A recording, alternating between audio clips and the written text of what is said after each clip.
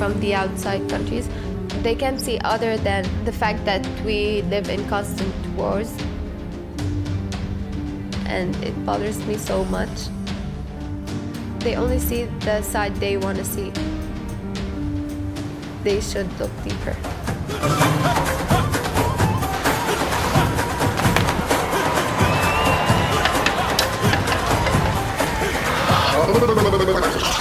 ما فيك يا حبيبي حبيبي. هنا أكثر من 2 مليون بني آدم عايشين على أرض غزة على مساحة 25 ميل في 7.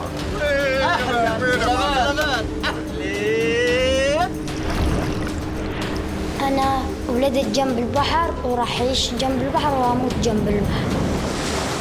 لا أنا يمكن في القطاع كله فيش واحد مخلف 40 نفر. أوه كل دول العالم تمشي غزة.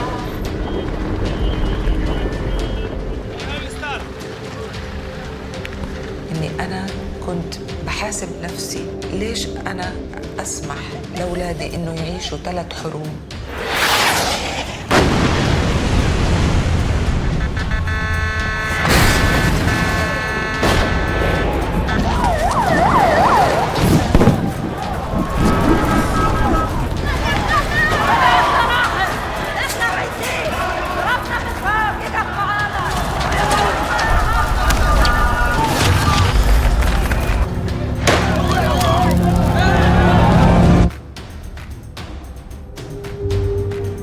بدنا نعيش بس.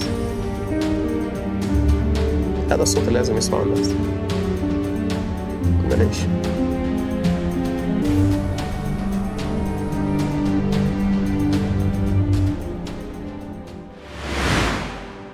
Hay lugares en el mundo que la historia parece olvidar. Y hay otros lugares que la historia no deja de castigar. Existe una franja de tierra de apenas 40 kilómetros de largo, 6, a veces 12 kilómetros de ancho, un trozo de costa en el Mediterráneo.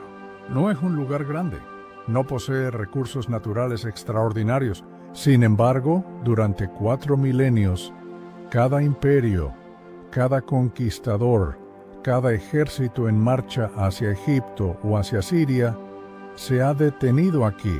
Se han detenido para conquistar, para asediar y para destruir. Este pequeño corredor geográfico ha sido una ruta comercial, un puesto militar y para la gente que ha vivido allí, una trampa.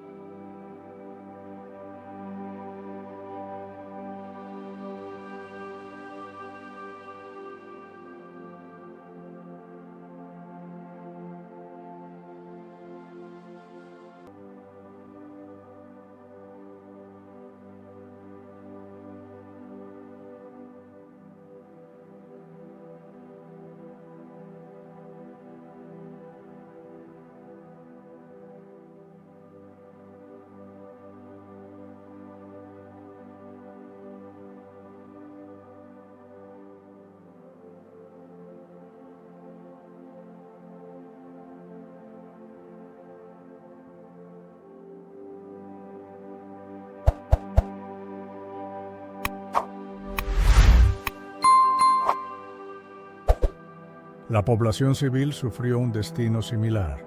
La mayoría de los habitantes fueron asesinados.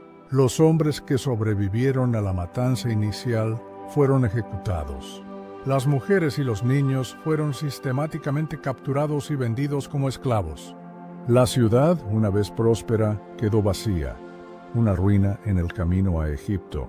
Alejandro, para asegurar la ruta, repobló la ciudad con beduinos de las áreas cercanas.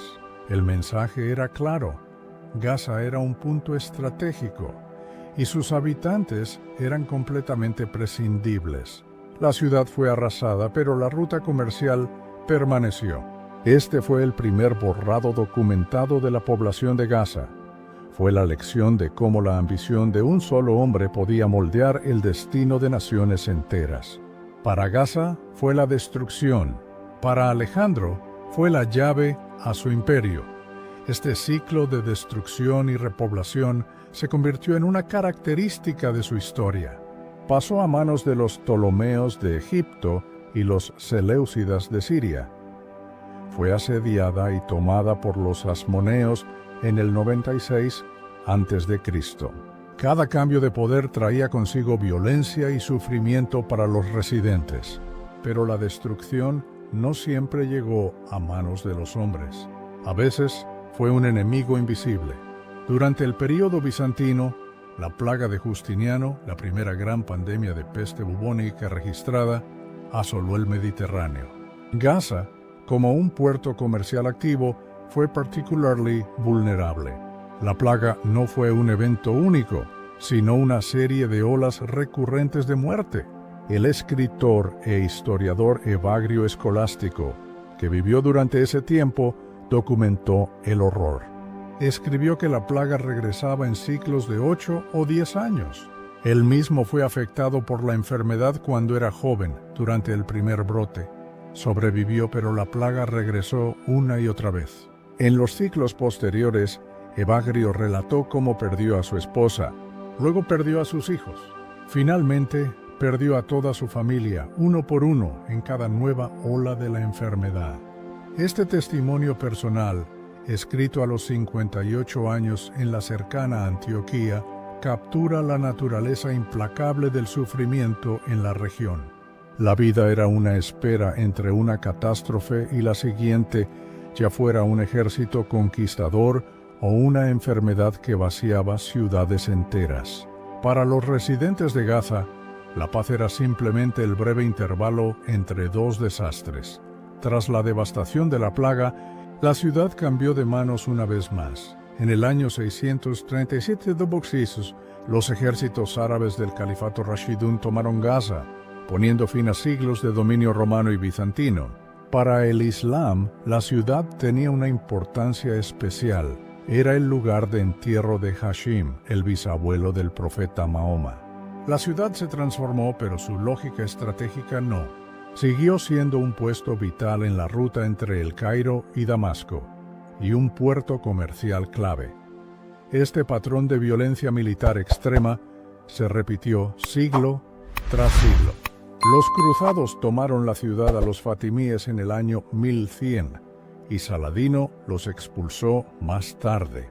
La ciudad pasó a manos de los mamelucos y luego de los otomanos. Cada cambio de bandera fue escrito con la sangre de sus habitantes.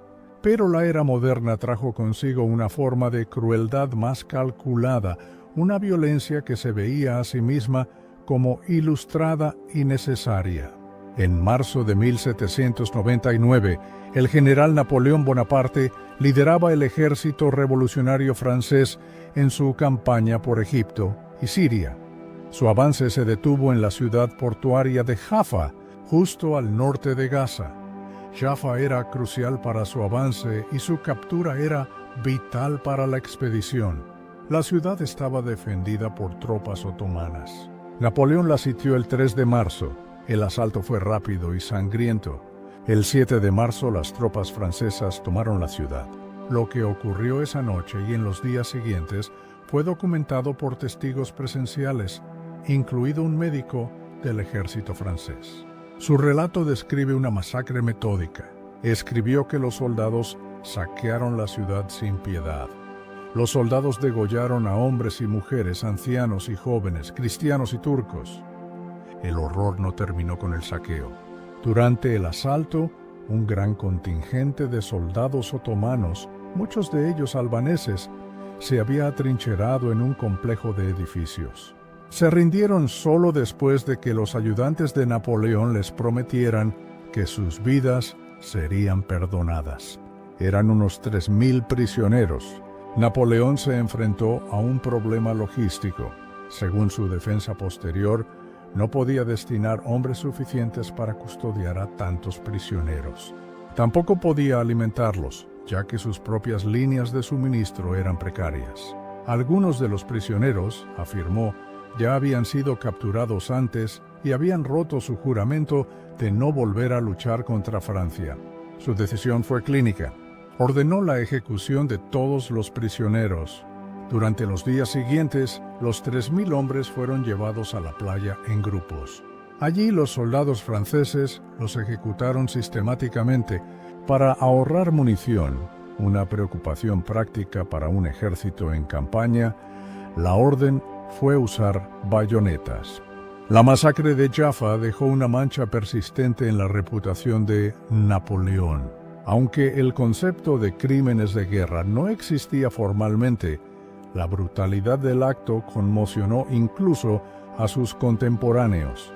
Para la población local de Palestina, fue una demostración aterradora de la crueldad de los ejércitos europeos. A la masacre le siguió la enfermedad. Una epidemia de peste bubónica brotó en el ejército francés, exacerbada por la pobre higiene en sus cuarteles. La plaga diezmó tanto a las tropas francesas como a la población local. Napoleón visitó a sus soldados enfermos de peste en Jaffa, un acto que fue inmortalizado en una famosa pintura de Antoine-Jean Gros, una pieza de propaganda diseñada para mostrar su coraje. Pero la realidad era de miseria y muerte. La campaña de Napoleón en Siria finalmente fracasó en el asedio de Acre. Se retiró de regreso a Egipto, dejando tras de sí una estela de destrucción y enfermedad.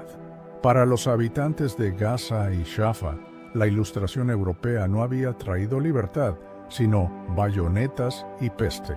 Un siglo después, la tecnología de la guerra había avanzado exponencialmente y la escala del sufrimiento con ella. Al estallar la Primera Guerra Mundial, Palestina era una provincia del Imperio Otomano. La región se convirtió en un frente crucial cuando las fuerzas del Imperio Británico, avanzando desde su protectorado en Egipto, intentaron marchar hacia el norte. Una vez más, la ciudad de Gaza se convirtió en el obstáculo. Era la piedra angular de la línea defensiva otomana que se extendía desde la costa hasta Beersheba.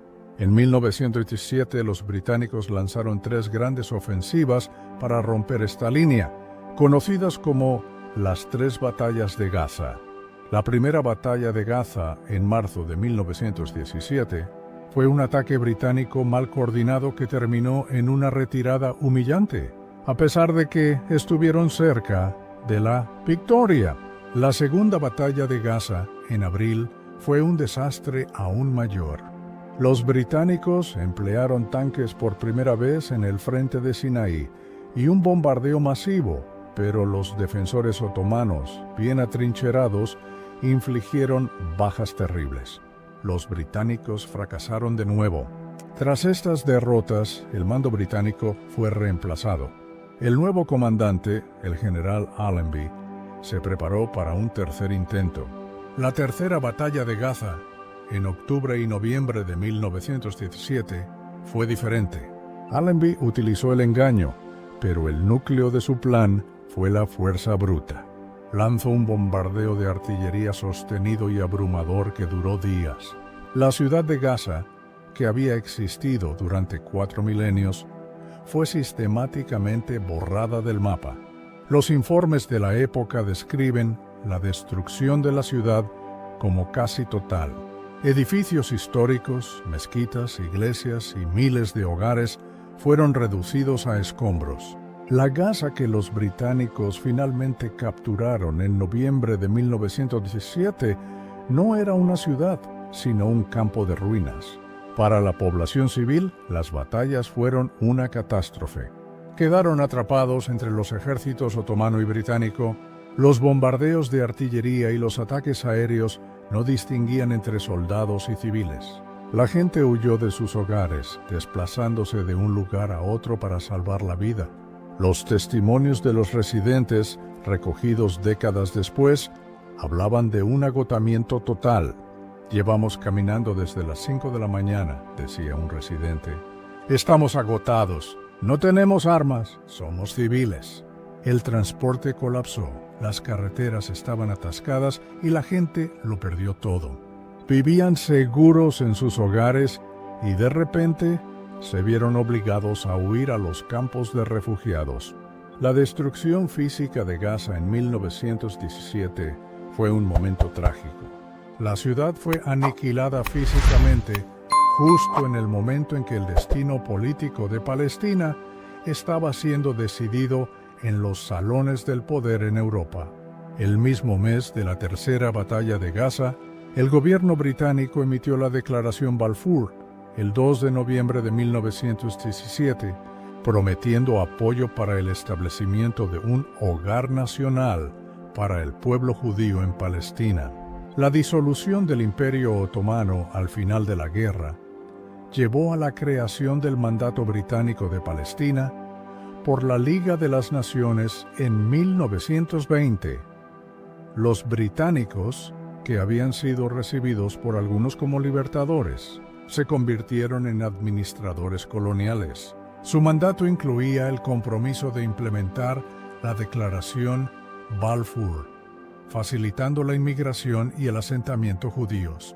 La población local de Gaza, diezmada por la guerra, con su ciudad en ruinas y su economía destrozada, se encontraba en la posición más débil posible para enfrentar la nueva realidad política que determinaría su sufrimiento durante el próximo siglo.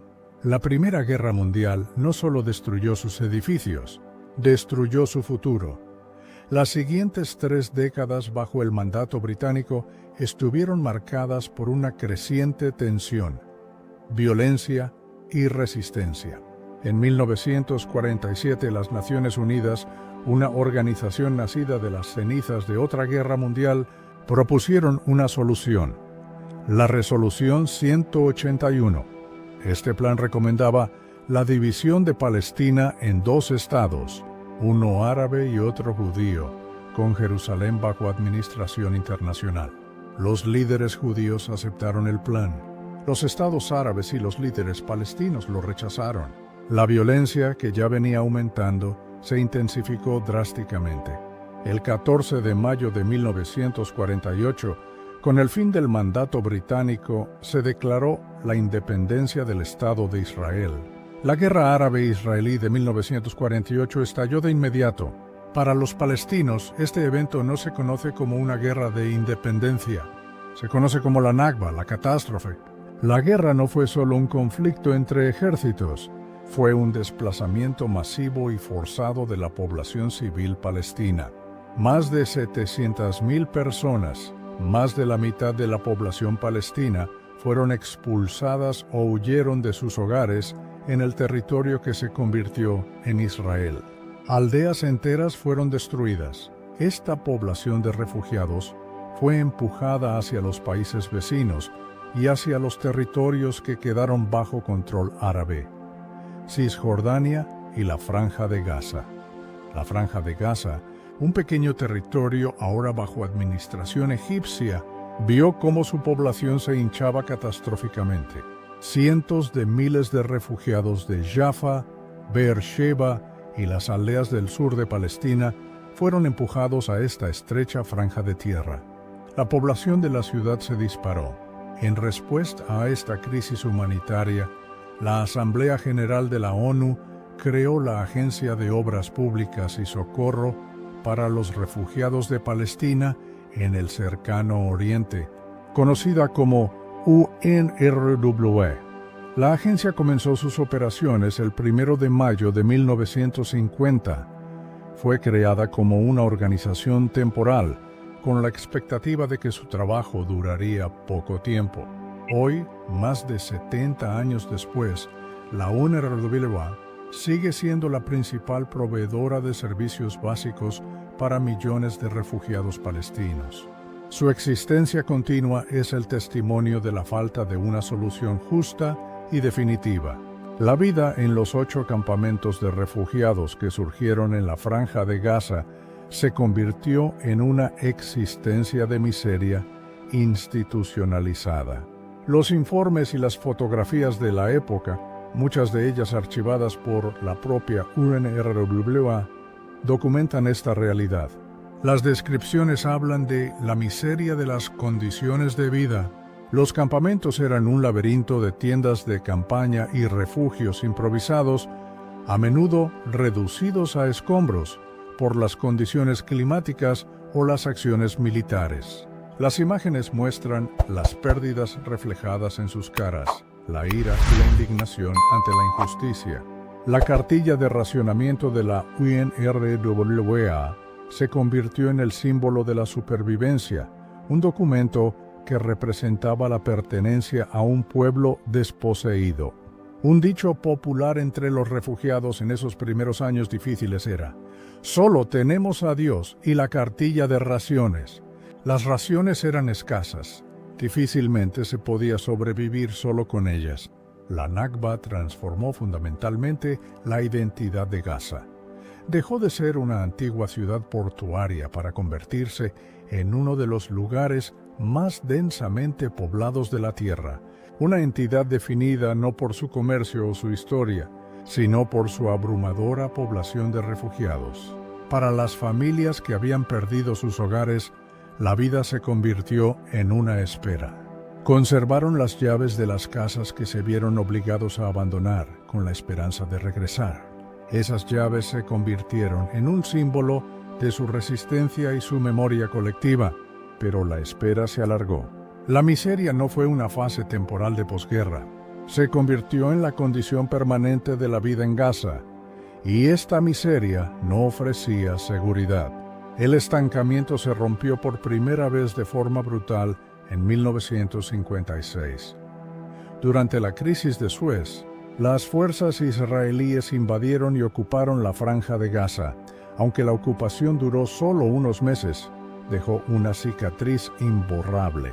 El 12 de noviembre de 1956, en la ciudad de Rafah, las tropas israelíes llevaron a cabo una operación de búsqueda de combatientes que, según un informe de la propia UNRWA de la época, degeneró en una masacre. Los soldados reunieron a hombres y niños en las calles y abrieron fuego, matando a más de 100 personas. Unos días antes, en Khan Yunis, se había producido una matanza similar, con cientos de muertos. Fue un episodio de violencia extrema, un ensayo de futuras ocupaciones que confirmó a la población de refugiados que ni siquiera sus miserables campamentos eran un santuario. Fue una lección temprana de que en Gaza no había ningún lugar seguro. Esta situación de estancamiento y miseria duró casi 2 décadas. Luego, en 1967, la Guerra de los 6 días redefinió el conflicto. En una campaña militar rápida, Israel derrotó a los ejércitos de Egipto, Jordania y Siria, y ocupó la península del Sinaí, Cisjordania, los Altos del Golán y la Franja de Gaza. La administración militar egipcia terminó y comenzó la ocupación militar israelí.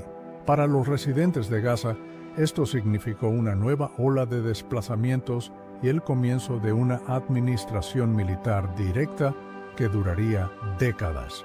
Israel comenzó a implementar políticas para consolidar su control sobre el territorio. Una de las estrategias clave fue el establecimiento de asentamientos civiles israelíes dentro de la Franja de Gaza. Para lograr esto se implementó un sistema de confiscación de tierras. Grandes áreas fueron declaradas zonas militares cerradas, prohibidas para los palestinos, que luego fueron transferidas para uso de los asentamientos. En la Franja de Gaza, Israel diseñó lo que se conoció como el Plan de 5 dedos. El propósito era romper la contiguidad territorial y demográfica palestina mediante el establecimiento de 4 grandes bloques de asentamientos. Estos asentamientos controlaban recursos clave, incluidas las tierras agrícolas y, de manera crucial, el agua. Los campesinos palestinos vieron cómo su acceso al agua se restringía severamente. La apertura de nuevos pozos profundos para los colonos judíos y la extracción de agua dentro de Israel redujeron drásticamente el flujo de agua en los acuíferos de Gaza. La construcción de la represa de Wadi Gaza en Israel impidió que el agua fluyera libremente hacia la franja. El control de los recursos se convirtió en una herramienta de control de la población. Esta ocupación, la construcción de asentamientos y la expropiación de recursos generaron una inmensa fricción y resistencia, que estalló en 1987 en la primera intifada. Ese levantamiento popular, la Guerra de las Piedras, forzó al mundo a mirar y condujo al único momento de esperanza real en la historia moderna de Gaza. Los acuerdos de Oslo de 1993. Por primera vez se firmó un acuerdo de paz. La Franja de Gaza, junto con Jericó, fue el primer territorio entregado a la recién creada Autoridad Nacional Palestina. Fue un periodo de optimismo efímero.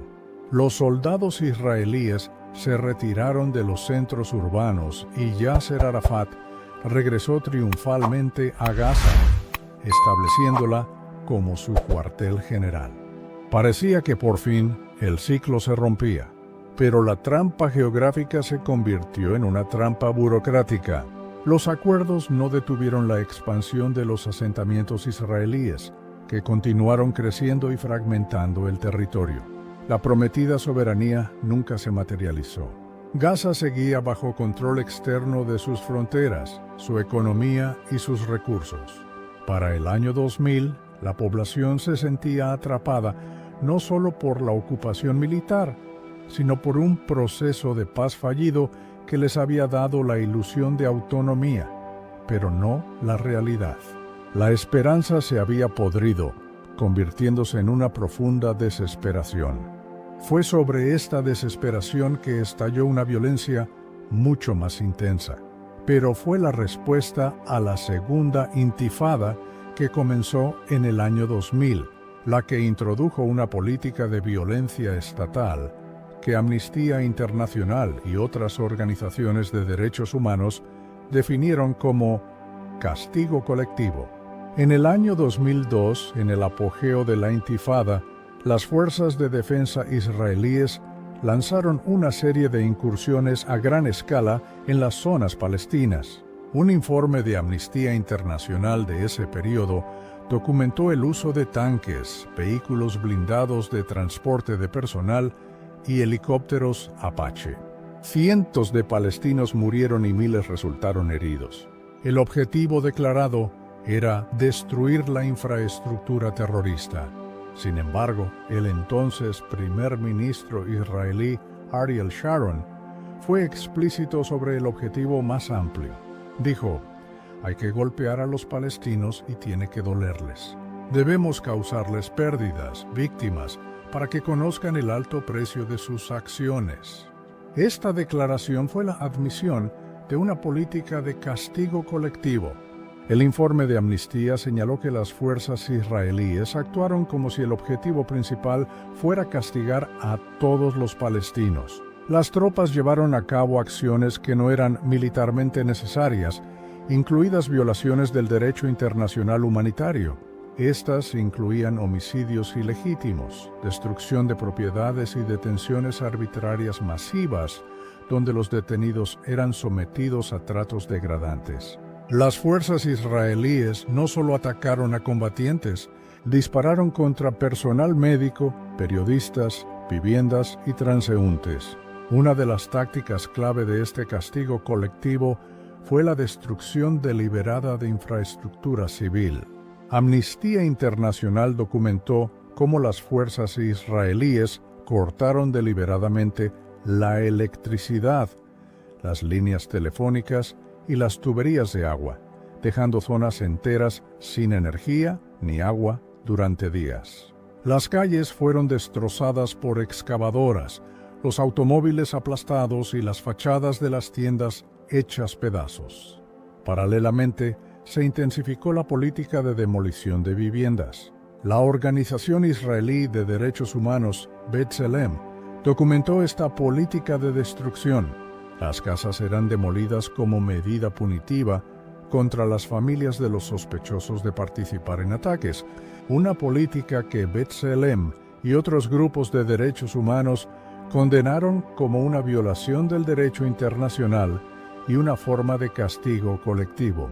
La Segunda Intifada y la respuesta israelí dejaron a la sociedad de Gaza devastada, su infraestructura en ruinas y su población traumatizada por una política diseñada explícitamente para hacerles conocer el alto precio de la resistencia.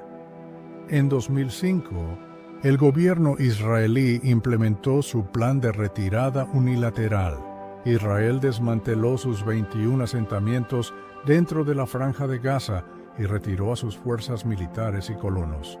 Para el mundo esto se presentó como un paso hacia la paz. Para los palestinos, pronto se convertiría en una nueva forma de asedio. En 2006 se celebraron elecciones legislativas palestinas. El grupo islamista Hamas obtuvo una victoria sorprendente. Esta victoria condujo a una intensa lucha de poder con Fatah, el partido que controlaba la Autoridad Nacional Palestina. En junio de 2007, tras semanas de violentos enfrentamientos internos, Hamas tomó el control total de la Franja de Gaza. La respuesta de Israel fue inmediata. Declaró a Gaza entidad hostil e impuso un bloqueo total por tierra, aire y mar. Egipto, en su frontera sur con Gaza, también selló el cruce de Rafah. La retirada de 2005 no había sido la liberación de Gaza. Fue la transición de una ocupación directa a un asedio indirecto. Israel ya no patrullaba las calles de Gaza, pero controlaba todo lo que entraba y salía, desde alimentos hasta personas. Pero la trampa no era solo el muro perimetral. Tras la retirada, Israel impuso unilateralmente una zona de amortiguamiento o zona de exclusión dentro del territorio de Gaza a lo largo de toda la frontera terrestre. Esta zona, que en algunos puntos llegaba a tener 1,5 kilómetros de ancho, se tragó más de 1/3 de toda la tierra agrícola de la franja. Para un territorio desesperado por la seguridad alimentaria, fue una sentencia devastadora. Los agricultores que se acercaban a sus propias tierras eran recibidos con disparos.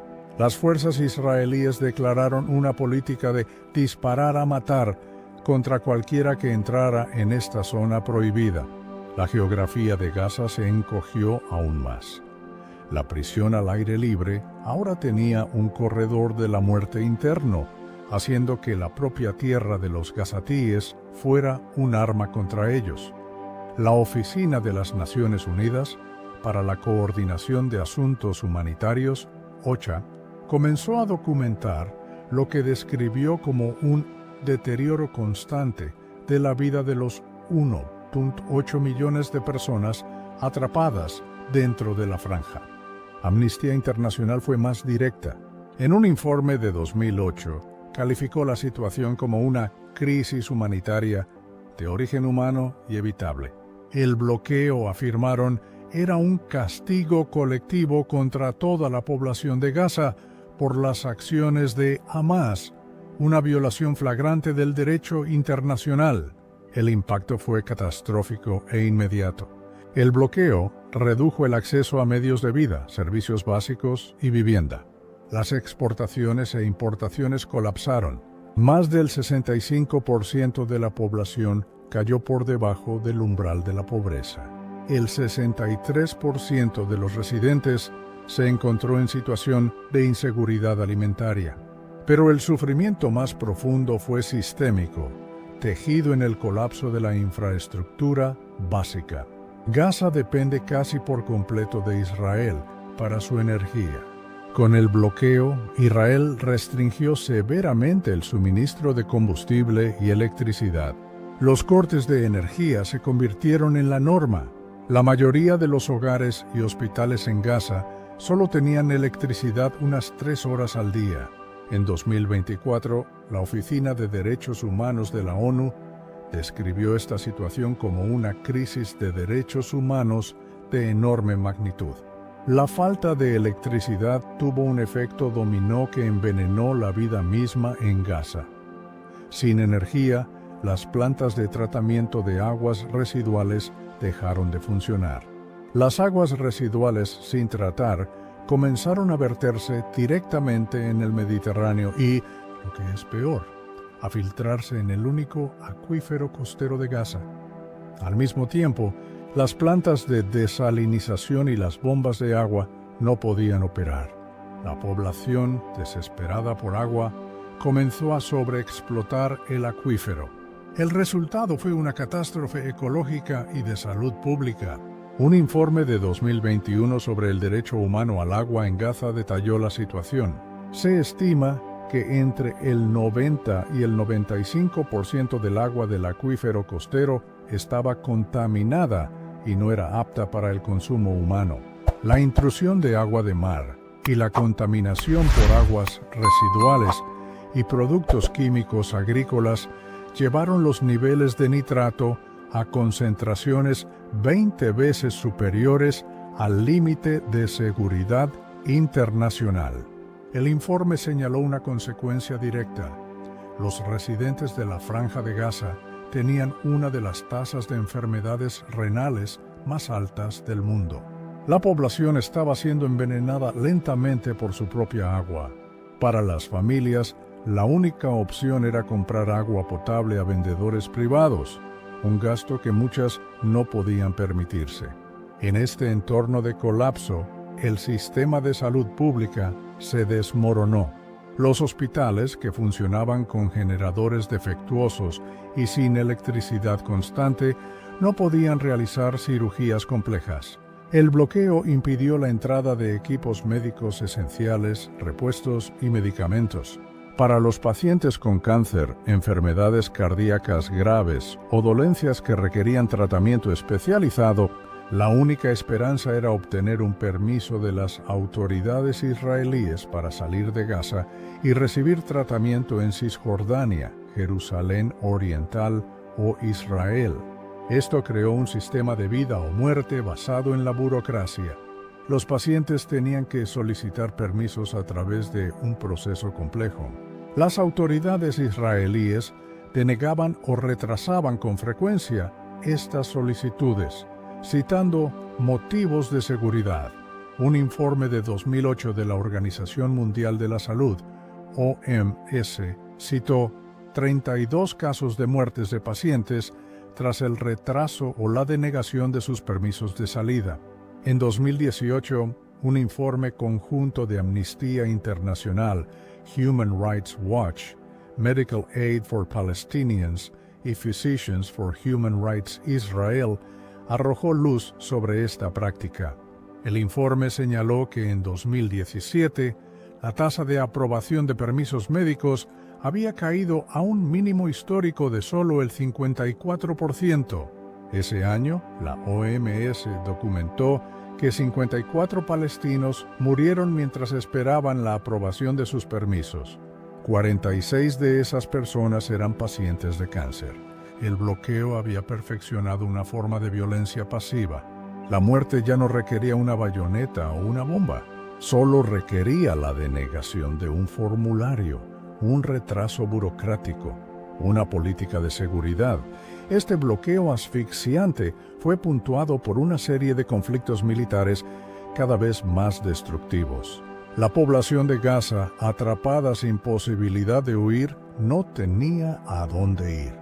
El primer gran conflicto de la era del bloqueo fue la Operación Plomo Fundido, que comenzó el 27 de diciembre de 2008 y duró 22 días.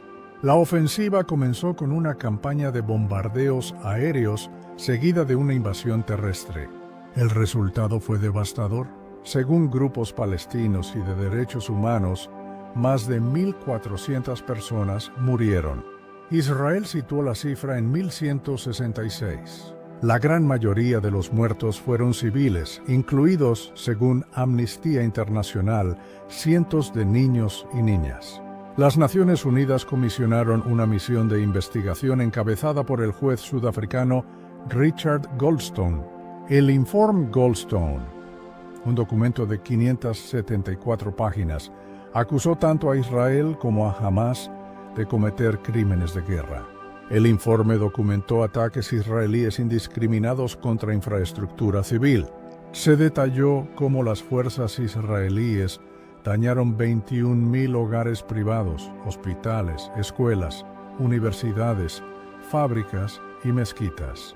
Un ejemplo citado fue el bombardeo del centro médico Al-Quds, administrado por la Media Luna Roja Palestina, que se incendió después de ser alcanzado, poniendo en riesgo la vida de 100 pacientes. El informe también denunció el uso por parte de las fuerzas israelíes de fósforo blanco, una sustancia incendiaria, en zonas urbanas densamente pobladas de la ciudad de Gaza. Human Rights Watch corroboró estos hallazgos.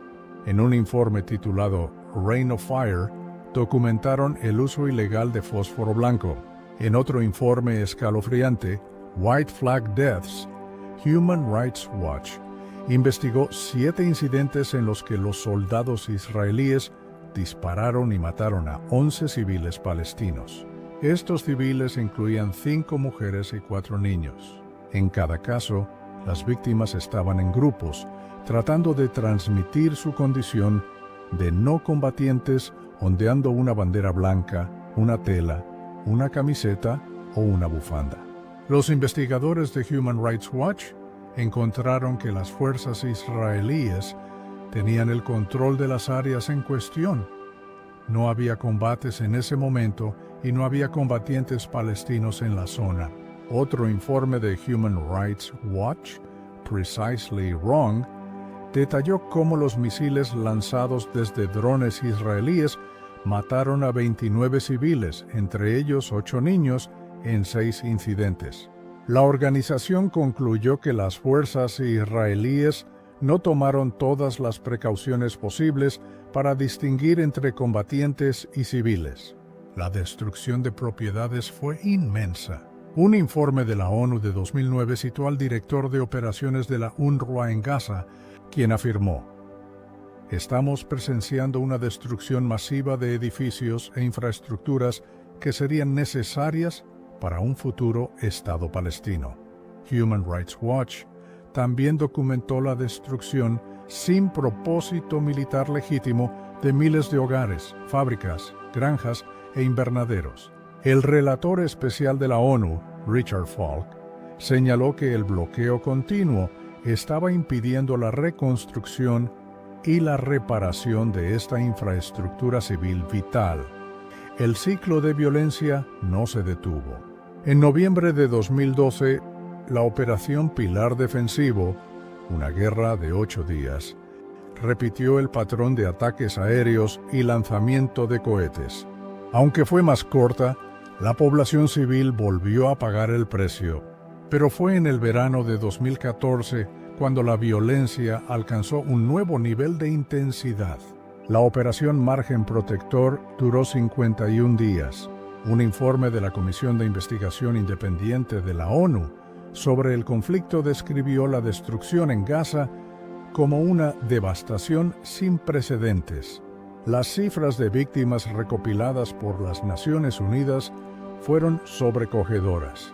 2.251 palestinos resultaron muertos. De ellos, 1.462 fueron identificados como civiles.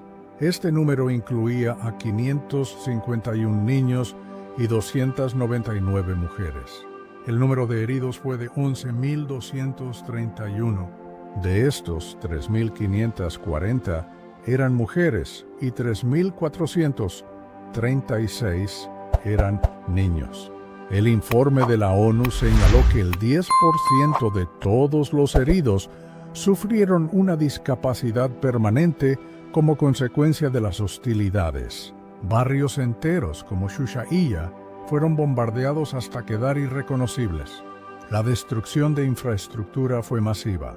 Una vez más, las organizaciones de derechos humanos, incluida Amnistía Internacional, documentaron crímenes de guerra cometidos por ambos bandos. Para la población de Gaza, el conflicto de 2014 fue una pesadilla de 51 días que dejó miles de muertos.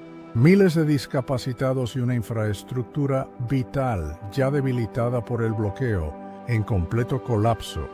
Pero la destrucción más profunda no siempre se mide en edificios derrumbados. Entre las grandes guerras, la vida era un trauma a fuego lento.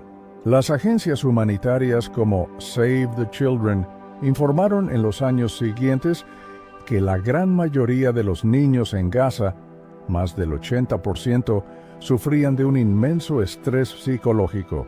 Mostraban síntomas de depresión, ansiedad y un miedo constante a la muerte. Una generación entera creció sin conocer un día de verdadera libertad, educada en aulas dañadas por las bombas, bebiendo agua contaminada y aprendiendo a identificar el zumbido de los drones.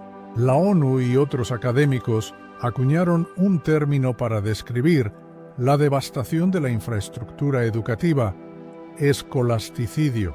No se trataba solo de destruir edificios escolares, se trataba de un ataque sistemático a la posibilidad de un futuro, a la capacidad de la próxima generación para soñar o construir algo más allá de las ruinas. El bloqueo no era solo un asedio físico, era un asedio a la mente y, sin embargo, esa mente se resistió.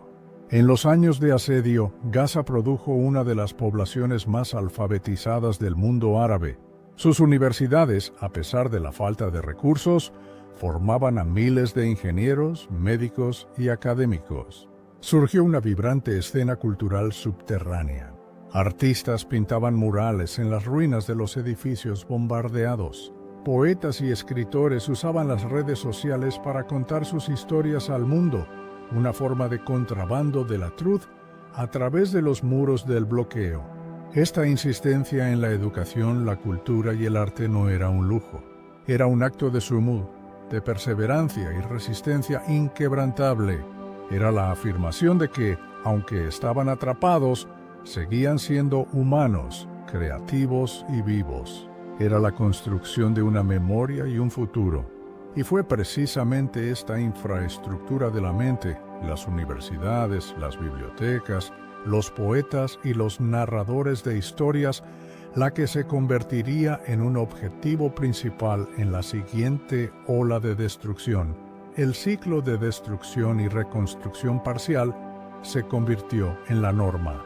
Pero la vida bajo el bloqueo no fue solo una espera pasiva para la siguiente guerra. Fue una lucha diaria por la supervivencia y la dignidad. En 2018, esta desesperación tomó una nueva forma. Decenas de miles de gazatíes iniciaron la Gran Marcha del Retorno, una serie de protestas masivas semanales en la valla fronteriza con Israel. Sus demandas eran dos: el fin del asedio de una década y el derecho al retorno a las tierras de las que sus familias fueron expulsadas en 1948, un derecho consagrado en la Resolución 194 de la ONU. Era un intento de desafiar la prisión al aire libre, no con cohetes, sino con sus propios cuerpos. La respuesta fue brutal. Durante más de un año, los francotiradores israelíes abrieron fuego contra los manifestantes. Una comisión de investigación de la ONU concluyó más tarde que las fuerzas israelíes habían matado a más de 200 personas y herido a miles más con munición real, muchos de ellos a cientos de metros de la valla y sin representar una amenaza inminente. Entre los muertos había niños, personal médico claramente identificado, como la paramédica Razan al-Najjar, y periodistas. La Comisión de la ONU determinó que había motivos razonables para creer que los soldados dispararon a personas que eran claramente reconocibles como civiles. El mensaje, una vez más, fue el mismo que el de Alejandro. Los habitantes de esta tierra eran prescindibles y cualquier intento de escapar de la trampa, ya fuera violento o civil, sería recibido con una fuerza abrumadora. Este ciclo de destrucción, bloqueo y reconstrucción parcial, seguido de más destrucción, definió la vida en Gaza durante la siguiente década. Cada conflicto dejaba a la población más pobre, más traumatizada y con menos recursos, y entonces llegó el 2023. El 7 de octubre de ese año, Hamás lanzó un ataque a gran escala contra Israel, matando a más de 1,000 personas, en su mayoría civiles, y tomando más de 200 rehenes. La respuesta israelí fue de una magnitud nunca antes vista. El gobierno israelí declaró la guerra y prometió erradicar a Hamás. Lo que siguió fue la campaña de bombardeos y la ofensiva terrestre más destructiva de la historia de Gaza.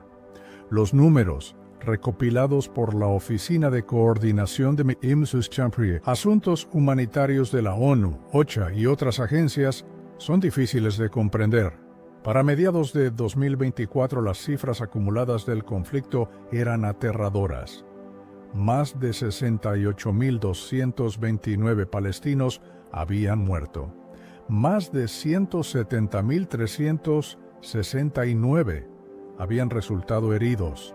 Más de 14.400 personas estaban desaparecidas, muchas de ellas sepultadas bajo los escombros de sus propios hogares. La campaña de desplazamiento fue casi total. Más de 1.9 millones de personas, el 85% de la población total de Gaza, fueron desplazadas por la fuerza de sus hogares. Se les ordenó evacuar el norte de Gaza y luego fueron bombardeadas en las zonas seguras del sur. La destrucción de la infraestructura fue sistemática. El Informe Mundial 2024 de Human Rights Watch señaló que más del 60% de todas las viviendas en la Franja de Gaza habían sido dañadas o destruidas. La Oficina de Derechos Humanos de la ONU habló de una destrucción sistemática. Los ataques no se limitaron a objetivos militares. Se registraron cientos de ataques a la atención de salud. 24 hospitales fueron dañados, la mayoría de ellos quedando fuera de servicio. Cientos de escuelas, muchas de ellas refugios de la UNRWA, fueron atacadas. Pero la destrucción no fue solo funcional, fue histórica. La campaña de 2023-2024 llevó a cabo lo que algunos observadores llamaron un memoricidio. Sitios que habían sobrevivido a asirios, babilonios, romanos y cruzados fueron borrados del mapa en cuestión de meses. La gran mezquita de Al-Omari, construida sobre un antiguo templo filisteo y luego una catedral cruzada, fue bombardeada y reducida a su minarete. La iglesia de San Porfirio, uno de los templos cristianos en activo más antiguos del mundo, fue gravemente dañada. Archivos centrales, bibliotecas, universidades y el antiguo puerto de Antedón, el mismo corredor que usó Tutmosis III, fueron sistemáticamente destruidos. No era solo la destrucción del presente, era un intento de borrar el pasado, de desconectar a la gente de los 4 milenios de historia que la hacían ser Gaza. Las personas encargadas de ayudar y documentar el sufrimiento fueron asesinadas a un ritmo sin precedentes. Según OCHA, para mayo de 2024, habían muerto 885 trabajadores sanitarios. 250 periodistas habían sido asesinados y 412 trabajadores humanitarios, la gran mayoría empleados de la UNRWA, habían perdido la vida. La Organización de Derechos Humanos israelí B'Tselem se unió a otras organizaciones para advertir que las acciones de Israel Gaza, incluida la matanza de decenas de miles, la destrucción masiva de hogares y el desplazamiento forzado constituían actos de genocidio. Paralelamente a los bombardeos, el bloqueo se convirtió en un asedio total. Las autoridades israelíes cortaron por completo el suministro de alimentos, agua, combustible y medicinas, aunque se permitió la entrada de una cantidad mínima de ayuda. Human Rights Watch y Amnistía Internacional acusaron a Israel de utilizar la inanición de los civiles como método de guerra. La falta de alimentos y agua potable limpia llevó a un colapso social y de salud. La gente comenzó a morir de hambre y deshidratación. En agosto de 2025, tras meses de advertencias, la Organización de las Naciones Unidas, a través de la Clasificación Integrada de la Seguridad Alimentaria en Fases, declaró formalmente la hambruna en Gaza. Era la primera vez que esto ocurría. El informe indicó que más de 500,000 de personas enfrentaban una situación de inanición generalizada y muertes evitables. El Programa Mundial de Alimentos informó que solo una sexta parte de los camiones necesarios entraban a Gaza. La ONU calificó la hambruna como un fracaso de la humanidad y un crimen de guerra. El conflicto de 2023 en adelante no fue solo otra guerra. Fue la síntesis de toda la historia de sufrimiento de Gaza. Contenía la brutalidad extrema del asedio de Alejandro. Contenía el desplazamiento masivo de la Nakba, pero esta vez sin ningún lugar al que huir. Contenía el castigo colectivo de la Intifada, aplicado a 2 millones de personas simultáneamente, y contenía la lógica mortal del bloqueo, llevada a su conclusión final, la hambruna deliberada de una población entera. La historia de Gaza no se repite, se acumula. Cada nueva tragedia se construye sobre las ruinas de la anterior, dejando a sus residentes en un estado de sufrimiento casi permanente. 4 milenios después de que Alejandro Magno hiciera un ejemplo de Gaza para asegurar su camino a Egipto, el corredor geográfico sigue siendo una trampa. Los imperios han cambiado de nombre, de macedonios a romanos, de otomanos a británicos, pero la lógica de la ruta estratégica permanece. La tecnología ha cambiado, de rampas de asedio a misiles guiados por IA, pero el resultado para la población es el mismo: masacre, desplazamiento, ruina. El guión de la historia en esta franja de tierra parece tener una sola dirección, lo que los historiadores de Alejandro describieron como brutalidad extrema se ha convertido en el siglo XXI en informes de OCHA y alertas de hambruna. La condena de Gaza no es solo su geografía, es la memoria implacable de la historia, que se niega a olvidar este pequeño rincón del mundo y en cambio elige castigarlo una y otra vez por el simple hecho de existir.